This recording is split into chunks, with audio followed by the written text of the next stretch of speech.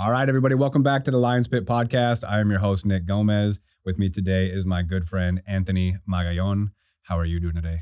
I'm doing great. I'm super excited to be here. I mean, first and foremost, I just want to say thank you because you've had nothing but legendary people on this podcast. And like to even be considered for a spot here, dude, I'm so blessed. Thank you so much. Dude, I'm happy to have you on, man. You've been a great friend ever since we've met. I talked a lot about you with Michael Paulsner last weekend because he was watching you kick my ass in that High Rocks workout.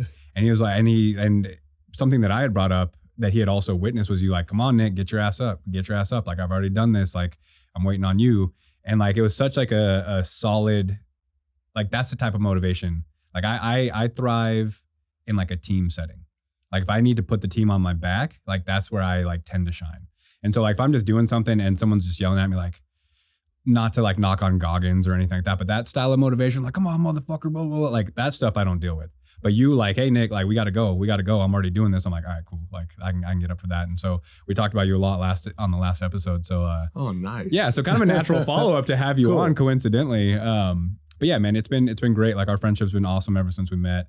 Former collegiate athlete yourself, former collegiate athlete over here. Like we have a lot in common, Just a natural mesh, natural. Yeah. Even though we're like 13 years difference in age. Yeah. How old are you? I'm 27. Oh, 10 years. Okay. 10 So not too years. bad. Not too bad. Yeah. And that was amazing, you know, and that's one of the things that I really had to learn growing up was like that style of motivating people. It's like, hey, there's no reason to like harp on you or like trash talk you. It's like, let's just do this together, especially because it's so phenomenal that you're doing this. Like you coming from your Muay Thai background, your boxing background, like High Rocks is so outside of that comfort zone for a lot of people, particularly you, where you're super strong. And I'm like, dude, you are literally doing something you've probably never done before. And that is freaking beautiful to see. And so all my job is like to work with you, to come through with you. And you've been freaking killing it. All the extra work you're putting in, even coming in like just this morning, being in there at 6:45 was insane. Yeah. I was like, yeah, that's my dog. He's putting in the man. work. Yeah. Like I said, you know, I gotta carry my part. And like I said, being part of a team is always where I've thrived, whether it's like a young guy on an established team. Like growing up in high school, I moved to the city that I lived in. I wasn't like born and bred there where a lot of people were. So like I always felt like I kind of had to earn it, but it's one of those things like being a quiet leader that eventually was like required to be the vocal leader. Like that's something that I've always cherished and like really strived for when it comes to like team settings. Cause I'm never going to come in and like be the first guy to pat myself on the back and like, look what I did. Even when I came to On It, like I didn't start waving my resume in people's faces like, look who I've worked with. Like I should be doing everything. And some coaches have, and it never works out. But like me, I was like, okay, give me my opportunity and I'll show you what I can do. And then you'll ask me to be a leader. And that's kind of what has happened like throughout my life. And it's been awesome. But yeah, doing this High Rocks thing, dude, is so out of my comfort zone. And that's why I wanted to do it. The whole thing is to push myself outside of my comfort zone. I knew I was going to hate it, but I knew that I also had been comfortable for a while now. Like I felt like I came in On It, really busted my ass and like got established, not only clientele wise, but like respect amongst the coaches through the work that I was putting in the workouts. And then kind of got, content with what I was doing. And I was like, all right, cool. Like let's get comfortable, but like I was getting comfortable and I was like, all right, time to push myself into something I don't want to do. And it's been cool because like when we did the sim, a lot of people were like, come on, Nick, you got this, Nick. And I wasn't really expecting that. And that was one of those things that I was like, all right, like I have a very solid community around me. Yeah, and it's beautiful because like you said, right, just putting yourself into an uncomfortable spot. Like Carlisle said it himself at the last meeting we had. It's something where it's like, you know, you want to have something on the calendar, but something that's like out of your comfort zone. So for me, it was High Rocks, just like it is for you. And from that High Rocks, we're able to become better coaches because then it's like, okay, this is breaking, you know, the lower back, the glute med, it's like tearing itself apart.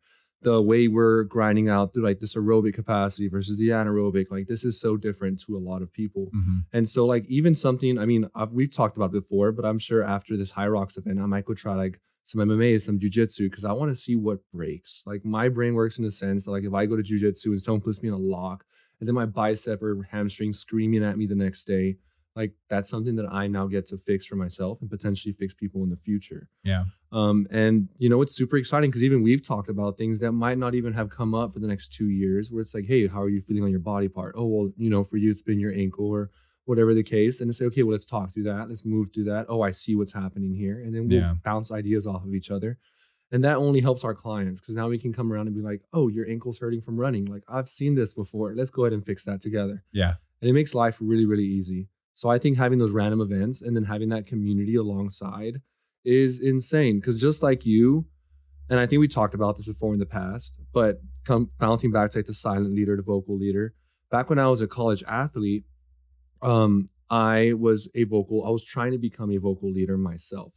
And kind of choosing yourself as a leader is a hard thing to do because then you're like, I'm the leader, so you should follow me, kind of deal. And throughout that year, I made it to the NCAA championships for high jump. I jumped 6'11" that year, made it to 6'7" at the NCAA championships. But, the thing that shocked me the most was not having the support, not having the like, good luck, go get it. Like, hey, we're super proud of you. Like, I can't believe you're there. Waking up the morning of the competition and I was like, whoa, like no one really reached out besides my parents and Oh, my wow. girlfriend at the time. And I was like, that's insane. And so I was like, maybe I didn't really enjoy that so much. And so the following year, I became more of like that silent leader, watching from the background, leading by this new way of example, but like, hey, let's just do this together. Like, it's going to Yeah. not be awesome, but like, let's do it. And like being more of that individual kind of helped me build more of that community aspect in my track team.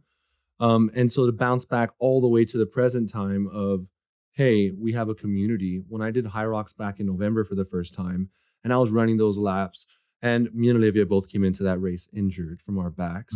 Yeah. Yeah, I remember you hurting your back. Dude, it was a rough time. But dude, when you run every single corner and someone's cheering at you and yelling at you, and they don't care like how fast you're running or like what's going on, but just having that like feeling of like, dude, you did that. Like, Yeah. hell yeah, you did that. That- That's the most amazing feeling. Yeah.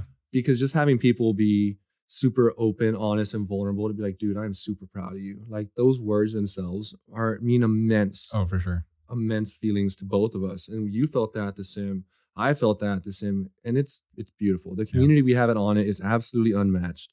And I wouldn't trade it for the world. Because you could literally go out there and run like a marathon and run like a freaking 5-hour marathon, and someone's still gonna pat you on the back, and they're gonna mean it. Yeah. Yeah. And I mean, you're spot on because no one cares. I mean, obviously it's great. You look at like a Mike or an Ashley, it's like, damn, they're killing it. They set some great numbers, or even like Carlisle and Larry. But at the end of the day, it's more of like, you did it. And that was like the thing. That's what made me want to do it. I was like, I want to finish. I want to cross that finish line. Like, I want to do that and like say that I've done it. Cause it's so rewarding, like to completely do something you don't want to do and like see that through. Oh God. Yeah. That's like, so the first sim that we did, whenever it was back in like October of last year, watching like you and Olivia go through that, and then like a bunch of other people go through it. And I was coaching one of my clients back in the back room at Sports Performance, and seeing everyone like suffering, I was like, damn, I kind of want that. Like, I want a taste of that. And then like going and watching y'all compete and watching everyone else, and I was like, oh, I'm not gonna like this, but I want to do it. Like, I want that feeling. Yeah, dude, we're so blessed to be in the community that we're in. And I mean, this past weekend, having our community event out at Zilker was just a perfect example of like, wow, this is something special. Yeah. And it's beautiful because it's not even like, oh, we're going to this community and, in previous communities, it's kind of like you're kind of like side-eyeing someone, or like people aren't really there for the right reasons, or whatever the case may be. Whereas in this community, it's literally like everyone's showing up to have a beautiful time with beautiful people, and like they're coming as themselves. No one's putting on this like false face. Yeah. And you see that in everybody's faces. So like you're walking up and you're saying hi to 50 people, and it's like, I didn't even know I knew 50 people. Like, this is crazy Right. to me. And like they're all just supporting each other. Like even people like, oh, I've never played spike ball before. Well, we're gonna teach you. Let's do it together. Yeah. Hey, I like, what's this soccer game? We're literally just kicking a soccer ball around because there's too many of us. Like, this is how you play the game, and then just having fun with it, and people just being completely genuine. I think that's one of the biggest things that I've noticed from On It versus other places, is just like people are so willing to be vulnerable, open, and like share that safe space with others. Yeah. And wow, I can't even say enough how beautiful that is, because then it invites the feeling of like, wow, like classes like Fuck You Friday, classes like Larry's core and conditioning, the barbell conditioning, classes like the High Rocks classes, where it's like, this is gonna suck. I think I literally said it to my kettlebell group this Sunday. I was like, guys, I literally keep writing down or posting that it's gonna be like a really hard glute workout, and like, good luck. And first thing I ask you when you walk in is, are you ready to throw up? And this is my joke, but I'm like, y'all keep showing up, so we're gonna keep doing it. And they told me like it's so much fun because I'm not gonna do this to myself, but when I'm done, I feel so accomplished, and like everybody in here is giving everything they got, so why wouldn't I? And I'm like, dude, Yeah. Yeah. Yeah. That's the feeling of beauty. Yeah. It was pretty funny to watch your like women's group this morning. Just like dying, walking around the back room, and in the best way. Like it's Yeah. not one of those things where it's hard for no reason. Like let's just Mhm. make it hard and see who pukes. No, no, it wasn't Yeah. anything like that. But all your girls like walking around like limping, grabbing their asses, like oh my ass. And it's Yeah. like one of those things. I'm like, man, you actually have done a really good job of coming in and building your own little like sub community within the On It community because you've how long have you been in On It now? Since last March, it's almost, I think it's a year. I think I Almost passed my okay. year anniversary on like the first or something. Yeah. Nice. Yeah. And Yeah. again, you've built like a really good following and you've done it by being accountable, showing up, offering certain things that other people might not be offering.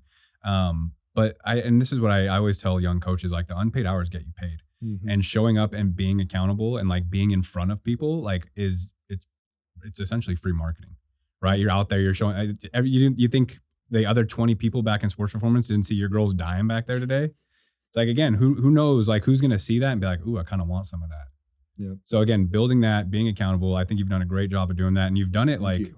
pretty naturally, like organically. You haven't like forced anything.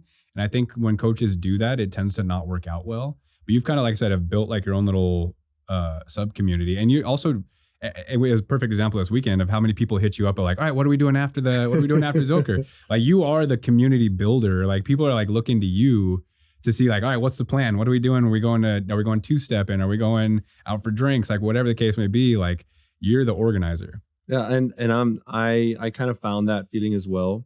Going back a little bit to like the time when I joined on it, right? And I want to shout out Brian Butts, like to the moon, because if you've never met him before, he's a phenomenal guy, and he tells you what you need to hear at all times in your life. It's like he has a magic power or something. Um, but when I first joined on it, right, I was really bad at communicating, but I knew that I wanted to have a good time with good people and like just be myself. And so he was like, Anthony, nobody knows who Anthony is if Anthony doesn't speak. And I was like, wow. And just that day, I was like, man, nobody really knows who I am. Like, nobody knows like that I just want to have fun, work hard, play hard. Like, come on. And so thanks to him, I started like opening up myself towards people. Yeah. And that's something I've actually been working on this last year is like expressing yourself and having an opinion versus just being that backline person where you're hiding. Yeah. And so in doing so, right, I'm like, well, you know, if people dislike me or if I say something dumb, I hope that they would call me out on it. And if you're listening to this and you're one of my friends and I say something stupid, please call me out on it. Yeah. I will. If I have a terrible opinion, please. I'll do it live. Yeah.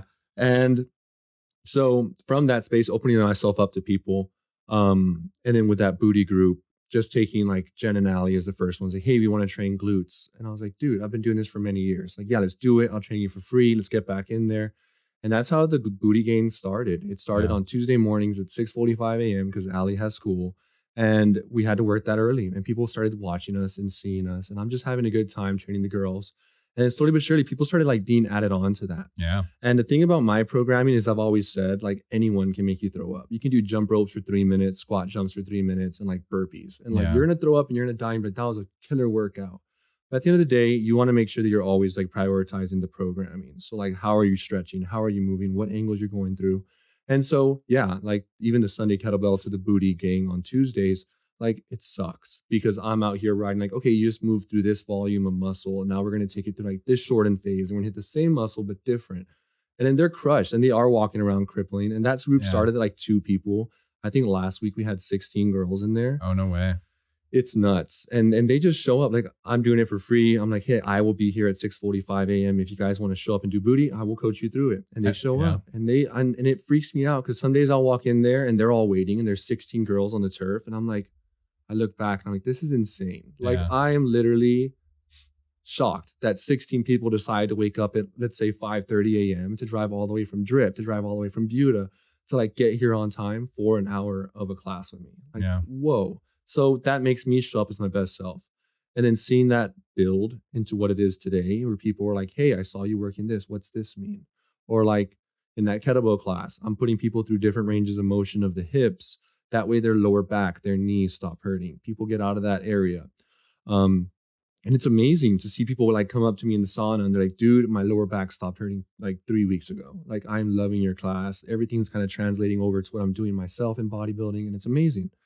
And then at that same point, for the community building stuff, like I literally just started inviting people. I was like, hey, like, do you want to go out? Like, I'm gonna go grab a beer. Cause I'm not one, and I think I've told you before, I don't really enjoy like going out to a loud bar where we can't really talk to each other. I'm more Yeah. of like a let's go somewhere where we can just sit, talk, watch a game. I can get to know you, you can get to know me. And like let's just meet. Yeah. And then once I kind of meet people that way, I'm like, cool, well, you were really cool. Like, let's hang out again. But this time I'm gonna invite like 3 of my friends. And then now it's turned into the thing where, like you said, this weekend, I think Ali was telling me as well.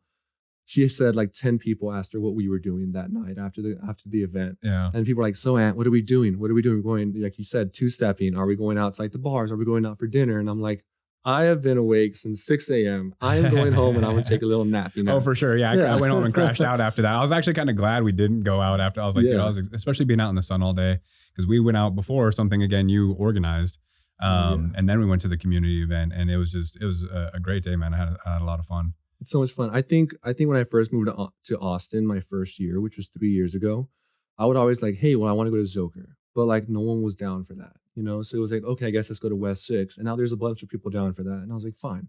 But I was like, man, at a certain point in the night, you get a little too drunk, and then like you're just vibing around each other. You're not even like talking. You're not connecting anymore. People wake up and they're like, well, what did we talk about last night? Whereas it was like a really drunk, deep conversation about their childhood. They're like, oh, my dad didn't. Blah, blah, blah. Yeah. You know, and I'm like, I want us to remember these things. And so now that I'm like, hey guys, like, let's go connect on a really deep level in some sunshine. Like, let's go do that. People are like, yes. Like, now that it's a safe space, my only goal is to create that safe space for men, for women alike, for men to be vulnerable, for women to just be themselves and feel super comfortable. And like, hey, like, I just want to hang out and talk and for you to get to know me. And like, it's turned into this beautiful thing where I think even for my birthday coming up this month in like 20 days, we were like, maybe we need to rent 2 boats. Like, I don't know what we need to do, but dang, this is going to be a big show out. We're going to party and we're going to just have a great time celebrating just like the friendships that we've had this year. Yeah. And it's amazing. It's been a big year of growth.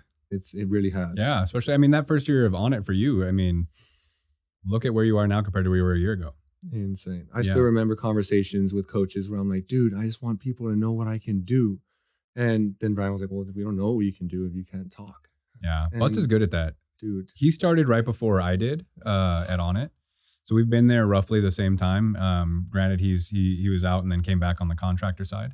But he's always been good at like kind of seeing through your bullshit and like seeing what you need and saying what you need. And like you said, whether that's like a 6th or 7th sense for him, because like he's had conversation with me. I was like, damn, that was deep. Like you like kind of read me like a book, and which is I feel like most people don't. But him and I have had, not to like turn it into a big drama or a trauma thing, but him and I have had similar traumas in the past. So we've had some very deep conversations. But even like when it came to this podcast, he was like, you have a voice, like use it. Like you should be doing this.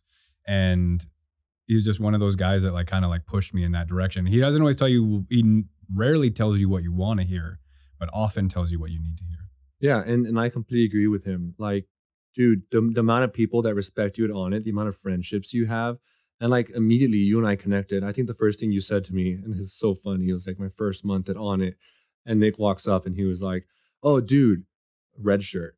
Like, yeah, we got to see if you fit. And I was like, I want to fit. I want to fit. I want to fit in.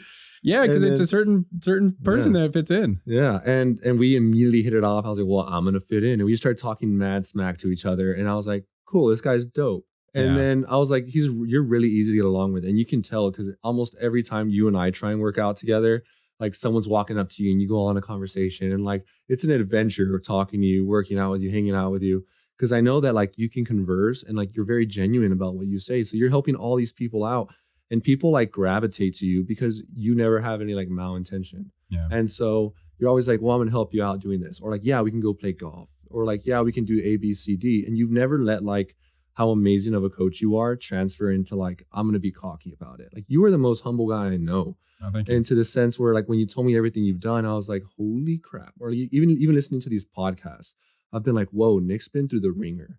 And it's beautiful because I mean, to bring trauma into this, everybody kind of carries a backpack on them. Mm-hmm. And people like you make it really easy to put that backpack down. And I mean, we've even just been talking over a beer and like we're talking open trauma. And it's like, this is where we're going. And like, this is what's happened. It's like, damn, can we take it? and we keep moving forward. Yeah. And you make it really easy to not like dump it on you, but to have a safe space to open up that door for conversation. And so with that, like I agree this podcast was necessary because not only for you to share your story, but also because there's so many people out there that don't even know that safe spaces like this even exist. Yeah. Right. So many people that are like, oh, well, like I have trauma, but like no one wants to hear about that. It's like, no, like you need to talk about that. You need to find a space, and more than likely people are gonna relate to you. Maybe not like on the exact same tone, but I mean, just talking about something so small where it's like, dude, me too. And Yeah. like no one said words, but those eyes, those feelings that like we get it. Yeah. And then that's everybody. Everybody pretends they don't have anything going on behind their back, but at the same time, it's like we've all got something. Yeah, for sure. We've all got a hard time. Yeah. And that's something like I've said it plenty of times on this podcast, but like if someone hears my story and it helps them, like then I am more than happy to share my story. Like it's not easy for me to bring it up. I tend to tell it with a pretty straight face and not like let it show how much that my past experiences have hurt me. But they obviously they do. But they're again, they can happen to you or they can happen for you. You can be a victim or it can be something that you grow through, and that growth is not always comfortable. Sometimes you have to push through a lot of shit, but what's on the other side of that shit is growth. Mm. And that is a beautiful thing. And I feel like sometimes people don't want to share what they've been through or don't feel justified in expressing their feelings. And if my story again reaches anybody that's going through something and they're like, oh, there is a light at the end of the tunnel, like, because I'm a very genuine, and you know this now, I'm a very genuinely happy person. Like I'm not, this is not a facade that I put on. I'm laughing, I'm joking all the time. I'm always trying to make the light, like the best of every situation. If I have friends going through stuff, I'm like, hey, understand that it's happening for a reason and your growth will be worth what you're going through now. And it comes from a place of experience and it comes from the heart because again, I've genuinely have found happiness on the other side of a lot of trauma.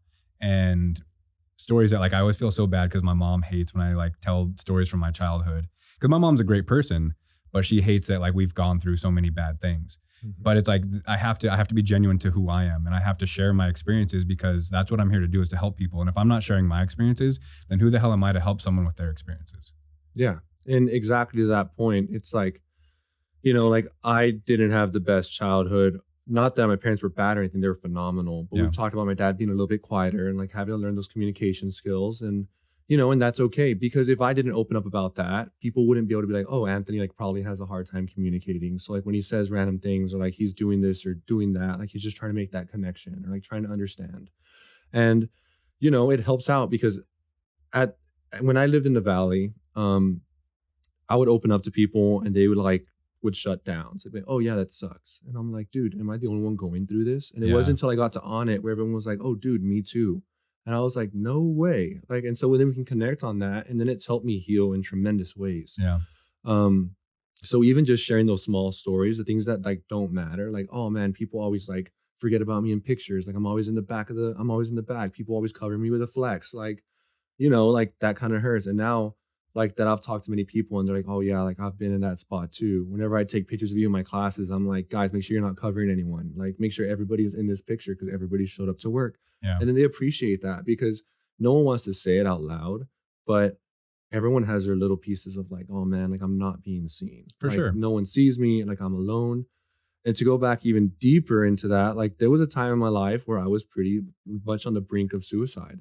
And that wasn't a fun time. I felt alone. I didn't have community. I didn't have anyone that would open up to me. And like it was hard. And now looking back at that time and my best friend who like invited me over to his house to hang out and like it saved me. Yeah. You know, and I was like, wow, I'm not alone. Like, How old were you? I was like 21 at the time. Yeah. So this was when you were a collegiate athlete. Yeah. I felt alone. And it was almost right after the year where I'd made my big jumps and like the team wasn't like inviting me to hang out and stuff like that. Small things that just compiled over time where I was like, cool, like I don't know how to communicate. Like I want friends, but I don't know how to tell them I want friends. You know, like I feel pretty alone because I'm a gamer and like all I do is game and I want to connect on a deeper level that people aren't willing to open up to.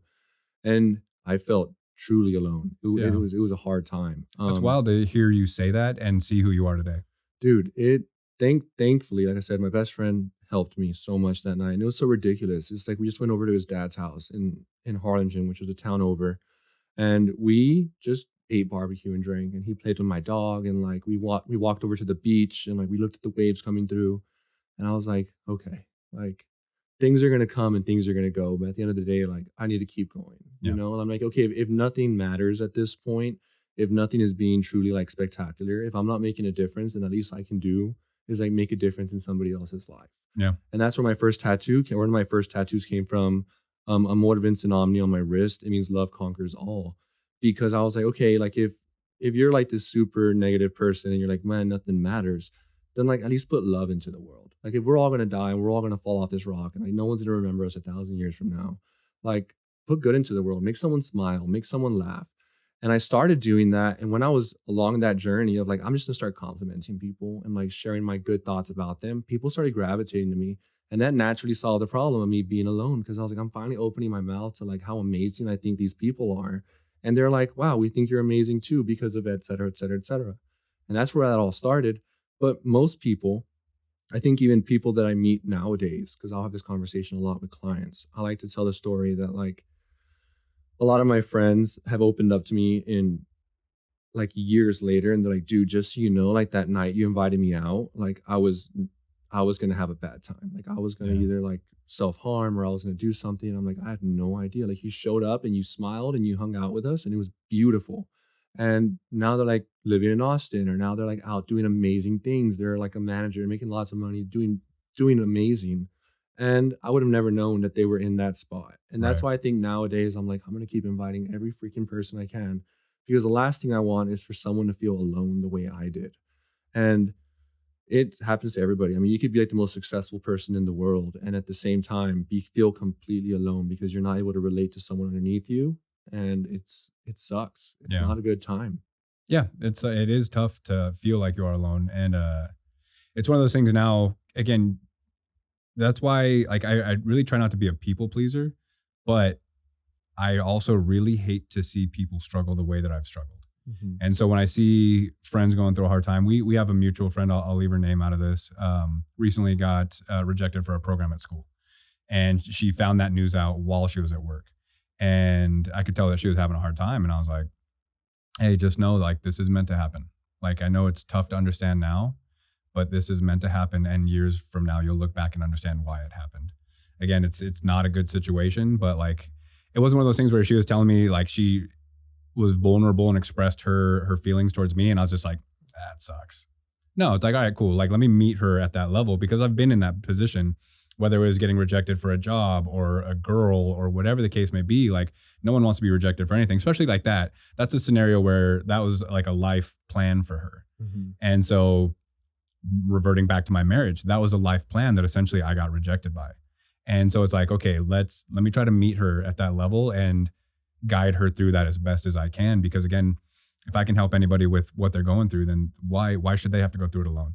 Just because I'm not emotionally available and I can't just be like, oh, sorry to hear you're going through it. Well, have a good day. It's like, no, like help people. Because at the end of the day, that's why you and I do what we do for a living is we're here to help people.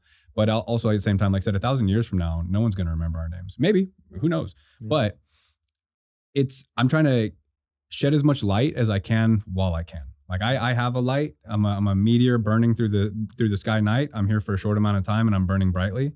I'll shed that light on other people to help get them through the darkness. Yep. I think a long time ago, I used to tell people that I just want my funeral to be absolutely loaded. I want my parents to be sitting there and be like, who the hell are all these thousands of people? And because I touched their life in some positive way. Yeah. And on that note, like I told our same friend, I was like, dude, but think about all the amazing things you can do this year. Like now that you have all this time, like now we can go travel, we can go out to the sunshine, we can go out and try all the fun things. Because now your time's not restricted. Like now you can see who you are without school. Because there's Right. that year, and you know what as an athlete, as soon as you're done, you're like, well, who the heck am I? Oh, Like 1,000%. what? And I told her, I was like, maybe this is your calling to be like in a situation where, okay, if I'm not a student, who am I gonna be? If I'm not in this program, who am I gonna be? And she can figure that out now. She has the time to do it. And then when she goes back into the program, she might be more in love with what she's going to do versus it being like, oh, this is going to make me a lot of money. Like, this is kind of what I want to do. All right. Like, this is who I am. And you're going to accept me to the program because this is what I love to do. Yeah. Period. Or she'll find something else that she loves. Yeah. Or she'll be able to find something amazing. And similar to like how I ended up at On It, right? Going back to like, I'll tell the full story real quick. So I was a college athlete in the Rio Grande Valley. I'm from Pinitas. It is a very, very small town, 5 hours south of Austin. And I was a college athlete. I opened up my own gym at a time because one girl, I coached a summer track team, and she was like, "Hey, I would love to be trained by you during the year." So I hooked up with some guy. They welcomed me into their gym and I started training athletes. I had 5 athletes at first. That eventually turned into over 60 to 70 athletes, like on roster every single month out of a small warehouse gym. And that was an amazing time because I got to see these kids grow and develop and turn into amazing athletes. And Hmm. now I think I've signed maybe like 60 to 70 athletes to Division I colleges during my time doing that. Um, and then at a certain point, I went ahead and stepped away from that because I was like, man, I'm making like really good money. The coaching's really good for myself, but no one's really testing my thoughts, my processes. No one's really helping me expand. And this was around the same time that I started working with Elizabeth Evans, which was my professional high jumper. She's jumped at the Olympic trials for like the last 7 years. Oh, nice. And I met her, very funny, through I actually reached out to her. I was like, "Hey, I'm having trouble high jumping this year. Can you give me a couple pointers, like for the girls? Like, what are you thinking about?" And she helped me out. And then after that, she ended up getting injured. I think she broke her foot. Um, and then I helped her rehab that. And now I coach her. I help her out. I write her strength and conditioning program. She sends me high jump videos. I work with her. But I was like, man, I'm growing really fast in the valley and like I feel very restricted. I was also working as a manager at like a True Fit, which is kind of the Gold's Gym of the valley. Hmm. And I was a personal trainer manager and I had all my clients and I was doing really well. And so I was doing that as my eight to five. And then I would go to my gym and I would coach from 5 p.m. all the way to 8 p.m. Um, and so that was all going on for maybe 2 years. The facility was taking off. My athletes were doing well. I would go to meets and we would sweep across the board. No one could match us. And it was a beautiful thing to see all these people just flourish. And I was like, man, but I am not growing self-development wise. Um, and so I ended up moving up to Austin under an Orange Theory management position. One of my best friends lived up here and he was a regional manager and he hired me. And so I made the leap within a week. I think me and my best friend Roel, we were both working at the same gym at the time.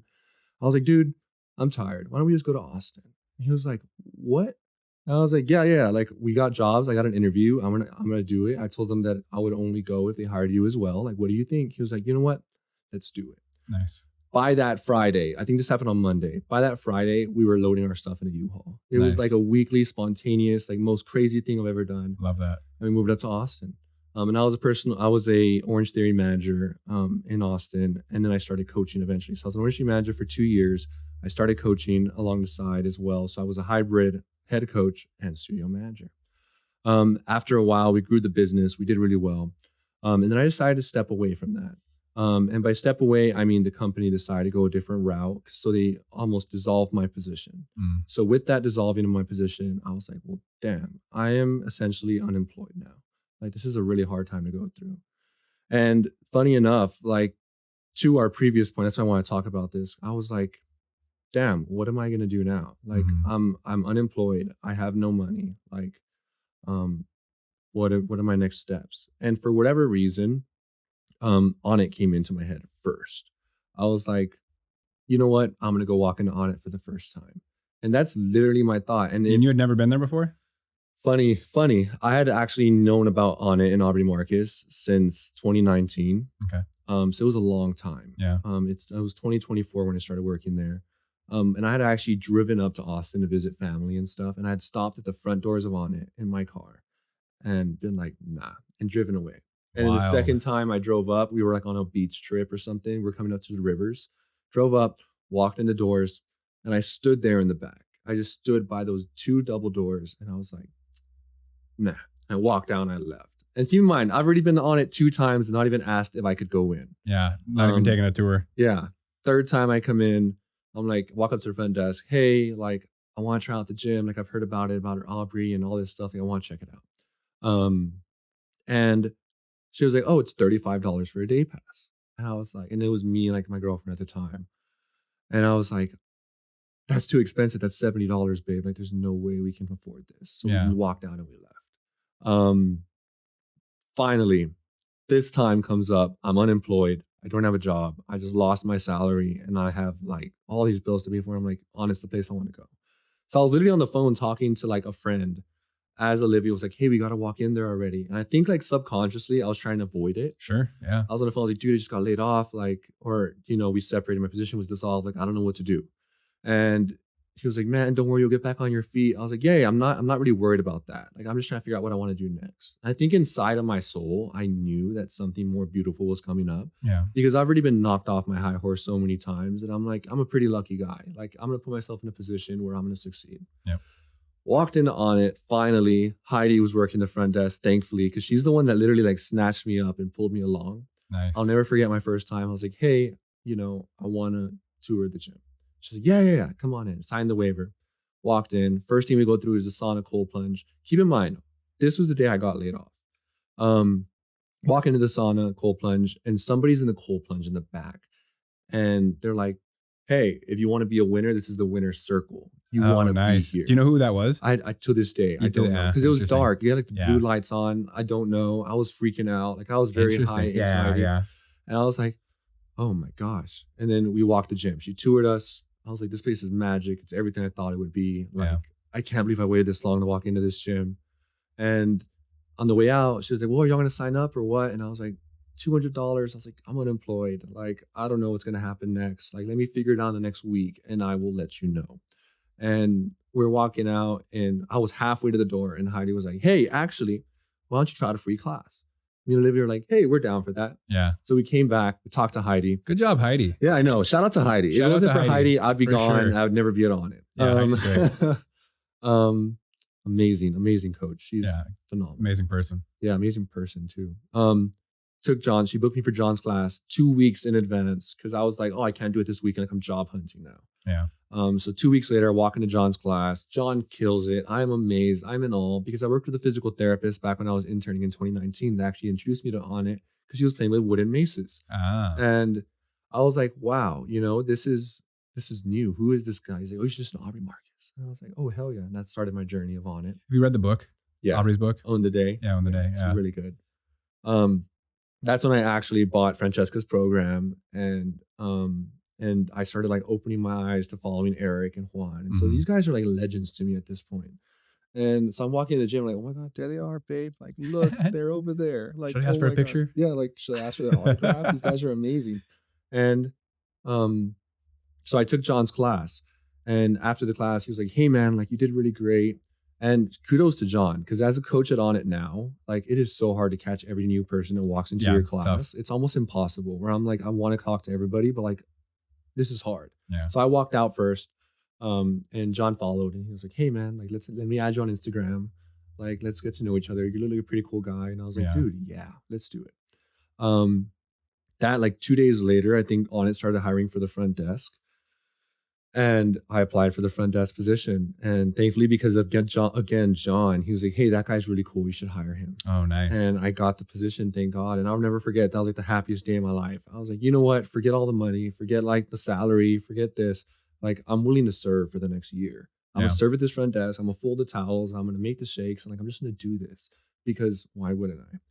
And all that to say, like during that year, I learned how to serve. I learned how to speak. I learned how to be a community leader. I learned how to like communicate with other coaches that are just as smart as I am. And like I said, I was really frustrated as far as like, nobody knows what I know. Nobody's like asked me. Nobody's questioning me. And like, rightfully so, y'all have been through the ringer. Like you're asking me to show up as myself and show you guys. And I learned how to do that eventually. But man, looking back on that time now of me and Alex Bradley at the front desk, like, dude, like I just want to be a coach here so bad. Like I want to be respected. I want to be that guy. I want to be like this person, but I don't just want to be a good coach. I want to be someone that people gravitate to. I want to be someone that's like amazing and like leads. And now look at me, right? Community, I got the smaller community of Booty. I've got a lot of classes now, a year later. And we're all very grateful for your Booty community. Oh, thank you. No, I'm just kidding.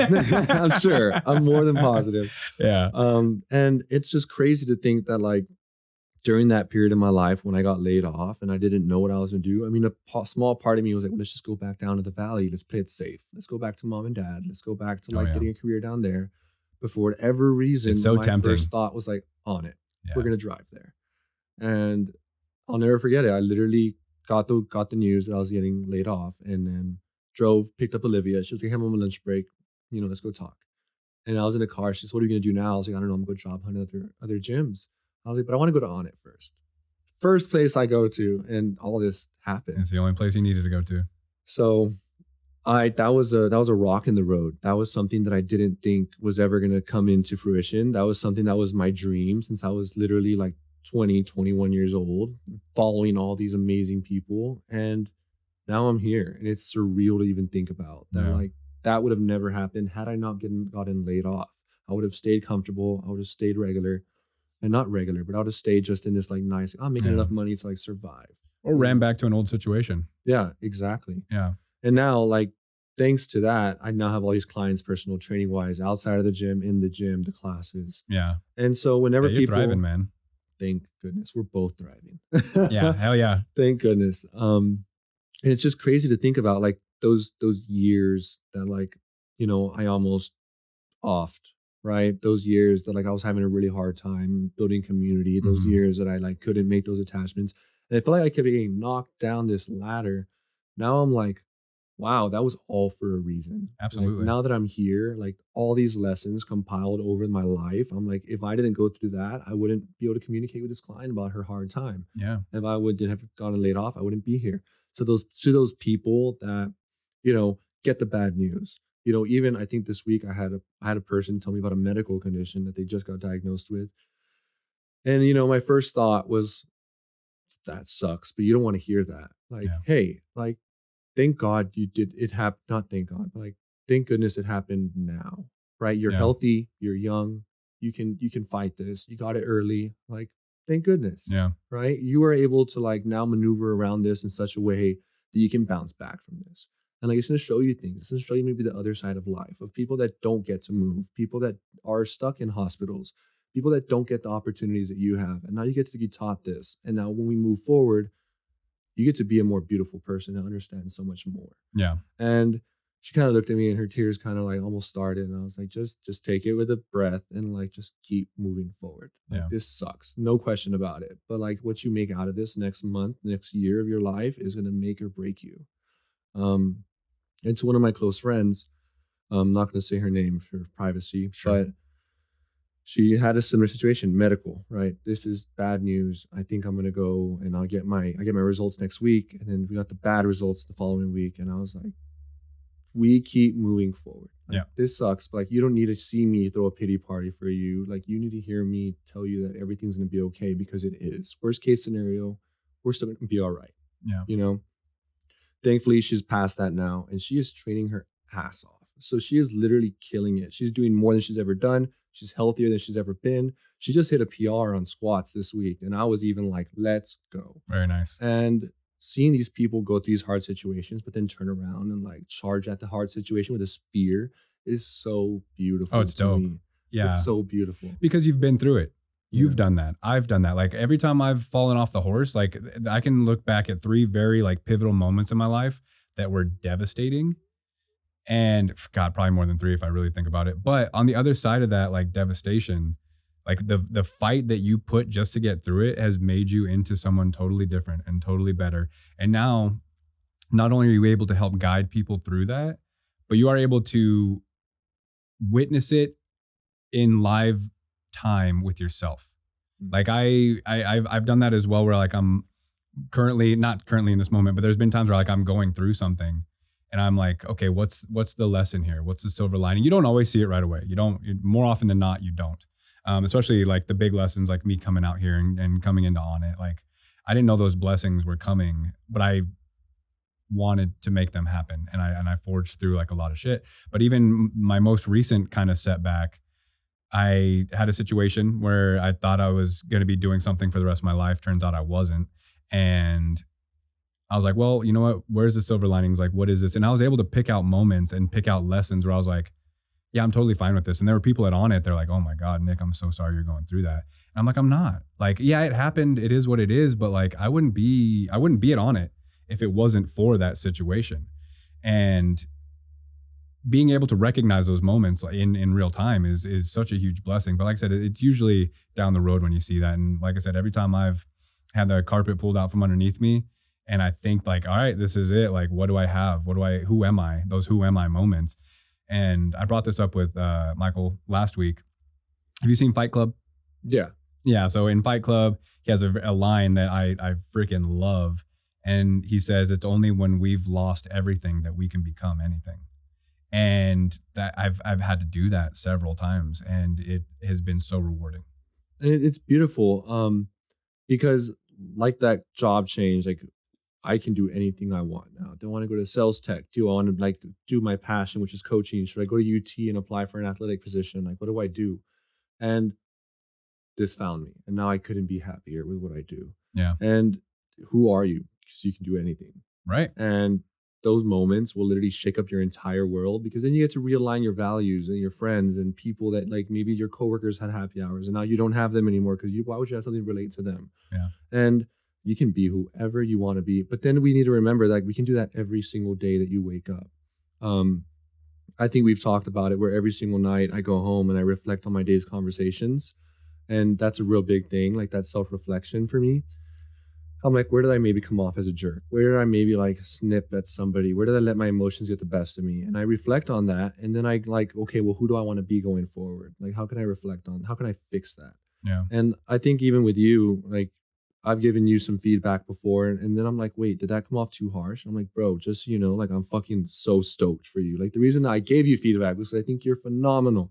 And like, that was the reason. Yeah. And it's who you want to be every single day. And if you're able to like be vulnerable and open and change, and you're able to be malleable to whatever situation life throws at you, I think that's like the biggest gift. That's my biggest gift, is that I'm able to just manipulate things. Like I'm able to move around and like, okay, like even if, let's say tomorrow, Larry's like, hey guys, On It Gym's closing, right? Like I'd be like, damn. Well, what are we doing next, guys? You know, like where are we going? Like what are we going to create? Like how can we make the light of the situation? How can we continue this community elsewhere? Like what can we do? Yeah. And like how can we continue having these real conversations where we no longer have the gym?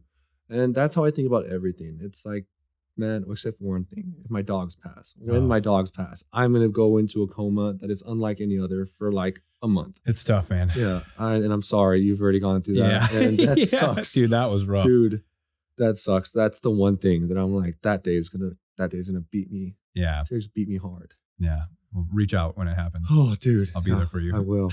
Dude. Yeah. But it's amazing. It's amazing what you've done. It's amazing the stories that you're sharing.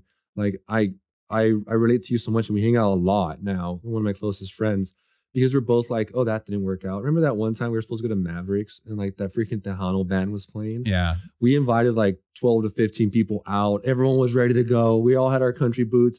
Tejano band was playing. I was like $80 cover to get in. cover. We were like, damn, we can't do this. I was like, all right, everybody, like turn your lifts around. We're all going to go to Broken Spoke. And which is like 30 minutes away. So like, okay, fine. We all went to Broken Spoke. The vibes were not on. Yeah.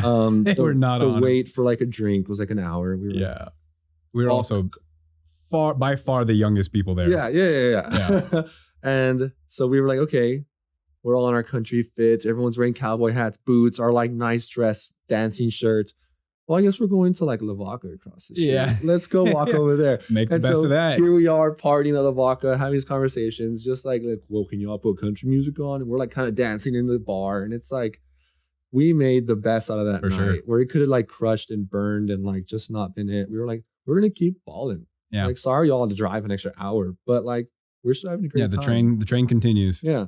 We keep moving forward. Always. Yeah. And I think that's kind of the lesson you learn from so many like fall downs is like, what's next? Like there's no time to sit around and feel bad. Like you said, like, thank God On It. It doesn't look like it's going to be closing anytime soon. Yeah. In fact, it's the exact opposite. Yeah. But it's one of those things like, if it did, and I've thought about that too, like what would happen? And it's like, well, I wouldn't have time to sit around and wonder what's going to happen. I would just have to start taking action, as you did when your position at Orange Theory got dissolved. Like, I don't have time to sit around and feel bad for myself. I've done that. I did that when my dog passed. I did that when I got divorced. I didn't really do it when my dad passed away. When my dad passed away, it was one of those things where I was like, it was kind of the same thing. I was like, I can't sit around and feel bad. I remember I was 21, and like the first 2 or 3 nights that he passed away, I drank. And I was like, I can't do this. This is not the answer to how I solve my pain now. Like, cause again, it helps in that moment. But I was like, no, I got to get going. I got to start doing stuff. So like I've had moments where I've sat around and felt bad for myself, and it doesn't do anything. Again, take your time, especially if you're grieving a loss. Like, take your time and process stuff. But just know, like, you have to keep moving. Like, that's not the end of you just because your dog passed away or just because you lost your job. Like, no, you still have a mission, you still have a purpose, and knowing that purpose in life is, for me, one of the reasons why I can't quit. I can't stop doing everything I'm doing. I can't stop. Like, nor would I want to. I love what I do, but I am on a mission. I am on a mission for growth, like personal growth, financial growth, spiritual growth, mostly spiritual growth. I think at the end of the day, for me, that's everything I pray for is to like lead more people to the light. Like, that's what I want to do, is like be on a platform that can help lead people through darkness and get them to a place where they see that there's more out there. Yeah, and it's beautiful that you do that, because there's so many people that are so stuck in these walls. Yeah. I have a close friend of mine that was going through a hard time as well, and he was like, "Well, I think this is the year." And I was like, "Bro, let's make a deal. Like, make it to 29. If at 29 you're like, I hate it here, all right, fine. I will be there and we'll have a nice going away party and like whatever, bro." But now looking at him, it's only been a year and a half and this man is thriving. Like, Nice. he is blooming. And I haven't even brought it back up, but I'm like, dude, you see what could happen if you just like open your eyes and like, hey, if this is the year, I have 4 years, like, I'm gonna make the most out of them. And then you start to fall in love with life again. Yeah. And a lot of people don't know that that door is even there because they're just so stuck in a maybe community, maybe a mindset where they're just stuck.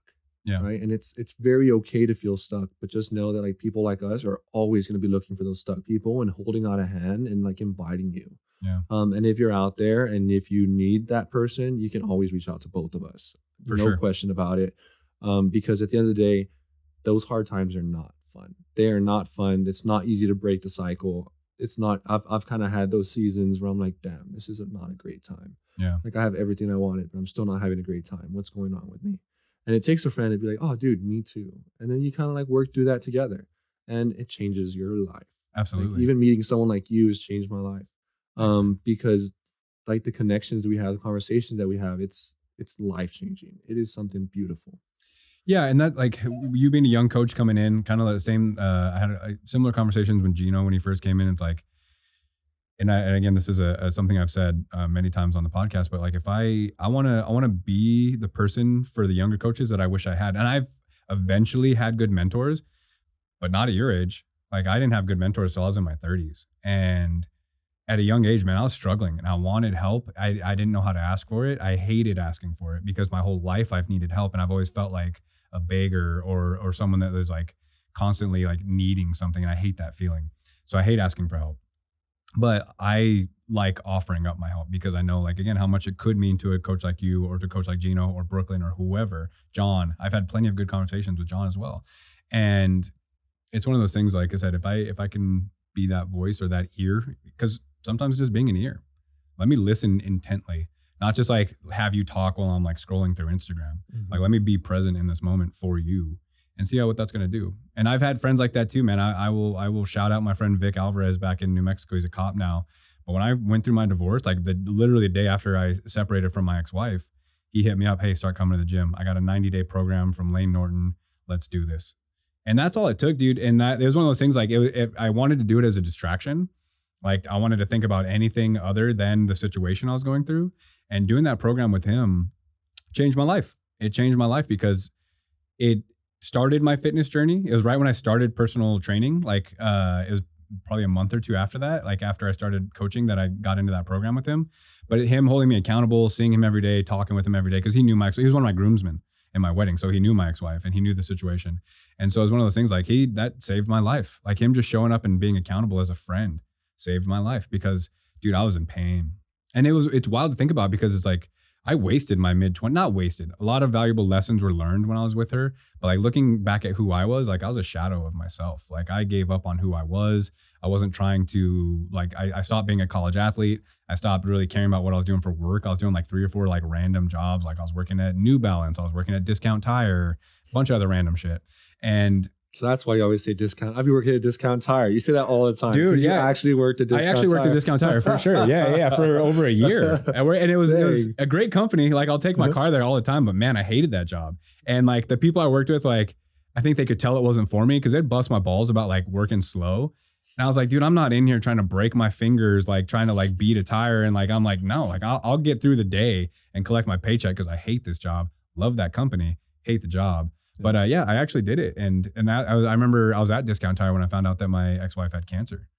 And I remember like sitting in the break room crying. And one of the guys that I thought really didn't like me, he like came in and saw me and he was like, oh shit, like, you okay? And it was one of those moments like I could tell he was uncomfortable, but like he gave me a hug. And like in that moment, it really helped. And it's like, okay, even though this guy that I don't think he ever disliked me or liked me, we're just kind of neutral. But like in that moment, like he gave me what I needed. And it's like, all right, like I can be that person. Yeah. And I will say it did change the game for me. Like from that first day of like red shirts got prove themselves. I was like, huh, this guy's cool. And then along the entire route of me becoming a coach, like you've always been someone that I'm like, damn, if I'm like having like some bad taste in my mouth or like I'm in a mood, like I know I can talk to Nick and he'll like bring me back down to center. Yeah. So you've definitely been a mentor to myself and everybody else, I'm sure, all the younger coaches, because we feel safe talking to you, you know, and it's beautiful.